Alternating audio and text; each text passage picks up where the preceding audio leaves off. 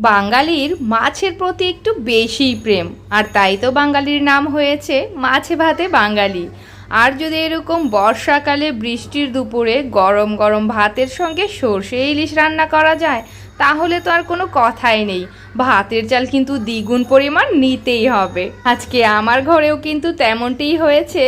আমার ঘরে কিন্তু প্রতিদিনের থেকে আজকে ভাতের চালটা একটু বেশি পরিমাণে লেগেছে। আজকে আমি রান্না করেছি সর্ষে ইলিশ, আর আমি কিভাবে সর্ষে ইলিশটা রান্না করি সেই রেসিপিটাই আজকে আপনাদের সঙ্গে শেয়ার করছি।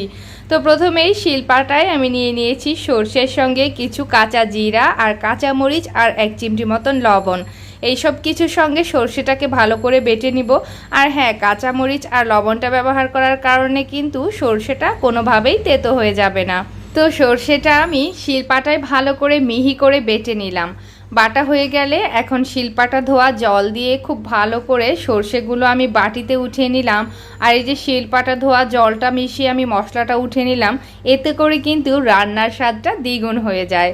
তো সর্ষে বাটাটা হয়ে যাওয়ার পরে এর মধ্যে আমি আরও কিছুটা পরিমাণ জল দিয়ে ভালো করে গুলিয়ে নিলাম, কারণ এটা এখন আমি একটি নেটের সাহায্যে ছেঁকে নিব, যাতে করে সর্ষের আঁশগুলো না থাকে।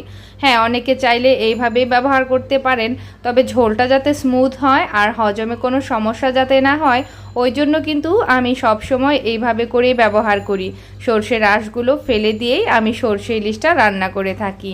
সম্পূর্ণ সর্ষে বাটা আমি অল্প অল্প করে নেটের মধ্যে ঢেলে ছেঁকে সর্ষের সম্পূর্ণ রসটা বের করে নিলাম। এই যে এইটাই কিন্তু আমাদের সর্ষে ইলিশের ঝোলটা তৈরি হবে।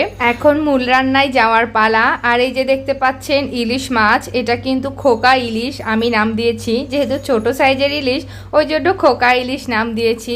খোকা ইলিশগুলো ভালো করে আমি লবণ হলুদ মাখিয়ে নিলাম।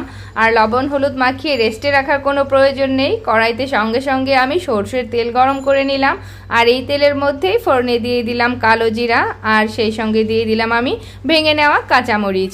এখন এই ফোড়নের তেলটা একটু নাড়াচাড়া করে এর মধ্যে দিয়ে দিব মাছগুলো। একে একে সবগুলো মাছের পিস আমি দিয়ে দিলাম। এখন এক পিঠ হালকা একটু ভাজা হতেই আরেক পিঠ উল্টে দিব, তবে বেশি ভাজবো না, হালকা একটু এপিট ওপিট করে নিব তেলের মধ্যে, যাতে জাস্ট তেলের মধ্যে মাছটা একটু সেদ্ধ হয়ে যায়, এরকম আর কি।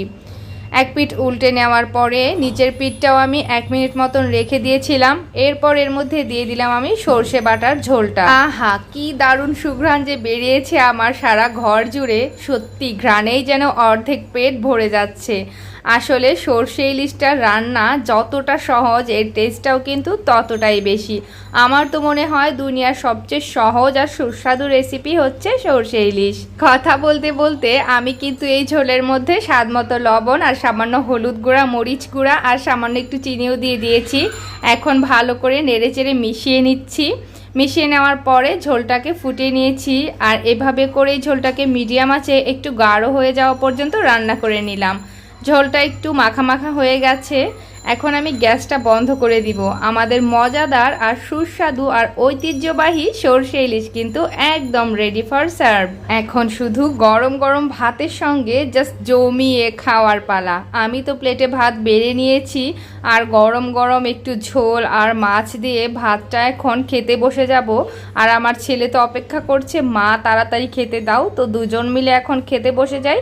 আর আপনাদের কাছে অনুরোধ করে যাই, রেসিপি ভালো লাগলে প্লিজ লাইক কমেন্ট শেয়ার করতে কিন্তু ভুলবেন না।